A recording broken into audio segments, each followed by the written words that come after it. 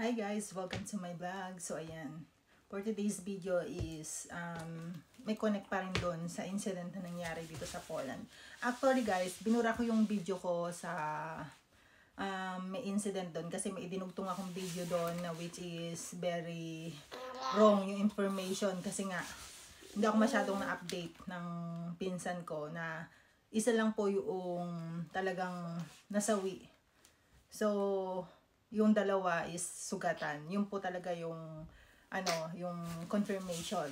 Tapos yung suspect po nung una po is nakatakas yun pero nahuli din po siya ng mga pulis. So hindi ko lang po alam kung nakadetain ba siya o ano, hindi ko alam. So ang discuss po natin ngayon is nananawagan po yung kamag-anak ng nasawi, which is siya po mismo yung nag-reach out sa akin na humihingi po siya ng tulong na makalikom ng mga video. So, eto guys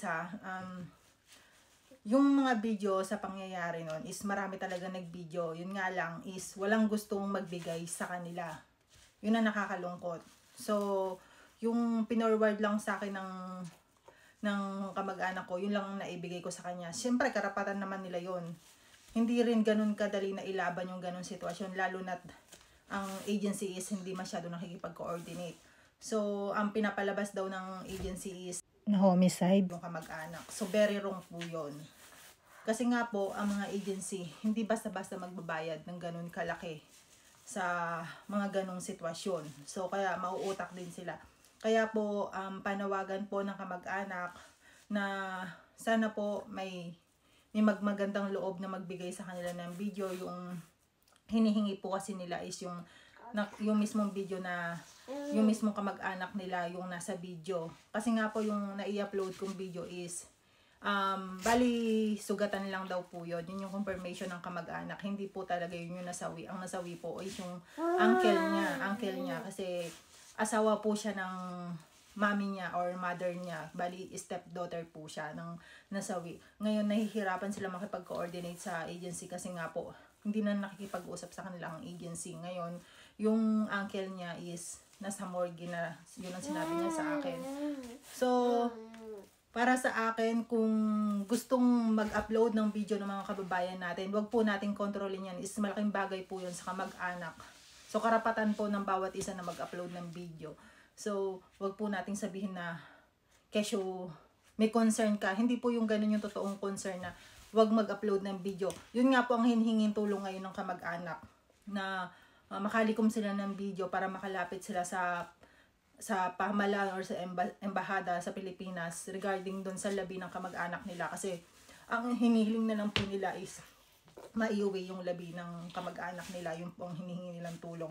So, inadvisean ko siya na makiusap sa mga kasamahan ng uncle niya na magbigay ng video kasi kitang-kita naman guys sa mga video ipinoward sa akin ng kamag-anak ko is ang dami nagbibideo. So, hindi ko lang alam kung ano yung main reason nila bakit ayaw nila ibigay sa kamag-anak. Nakakaawa yung kamag-anak. So, sana po tulungan natin. Tapos, doon sa in-upload kong video is minag-react po doon. Kasi ang sinasabi niya is mali daw yung yung naging information ko. O, nandun na tayo sa mali information. Pero, wag kang magtatahol. Instead, tumulong ka sa kamag-anak na nasawi. Baka isa ka sa may video dyan, ibigay mo sa kamag-anak kasi kailangan nilang lumapit sa embahada at kay Rafi Tulfo. Yun ang sinabi sa akin ng kamag-anak. So, naglilikom sila ng video. Magtulungan tayo, wag po tayo mag-away-away kasi nga po, kailangan po talaga ng kamag-anak ang video. Yun po ang pinaka-importante. Akalain mo, palabasin ng agency na homicide. Ito nangyari. Kitang-kita naman po sa video na nagkakagulo ang kapwa natin mga Pilipino. So, wag po tayong sanang manahimik kasi nga, hindi po birog ang mag-uwi ng labi. So, kailangan po nila ng financial support. Kaya sana po tulungan natin sa maliit na paraan yung pagsisend ng video kasi nga po kailangan nila yon. Siguro po yung iba natakot na kaya nanahimik na. Meron naman daw katrabaho si kuya na yung nasawi na may nag-reach out sa kanila pero ayaw na nga daw mag-send ng mga videos para sa kanila. Yun ang problema. So, Sana po tulungan po natin. Yun lang po ang panawagan nila. Kasi wala na rin ako makuhang video dun sa kamag-anak ko kasi isa lang yung nasa kanya. Kaya sana po tulungan po natin yung pamilya ng nasawi para magpapasko. Yun lang naman daw ang hiling nila is maging okay na lahat at maiyo yung labi ng uncle niya. Yun ang sinasabi niya sa akin. So sa mga Pilipino na nakakaalam ng ganyang insidente or sa lahat ng Pilipino sa Poland o sa ibang parte ng Europe, sana maging aral po yan sa atin. Huwag po natin yung daanin sa tapang kasi sa totoo lang maraming matatapang dito sa Poland. Which is ang daming nilang bit-bit sa katawan na kayabangan. Ewan ko lang ha.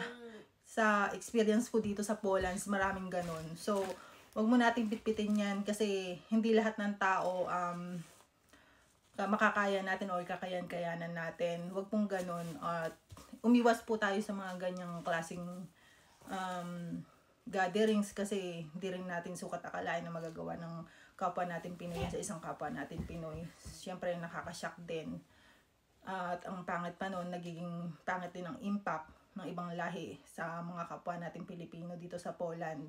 So hindi ko rin alam kung magkakaresulta din yan ng higpitan na naman dito sa Poland kasi siyempre Pilipino ang involved, apektado tayong lahat dyan.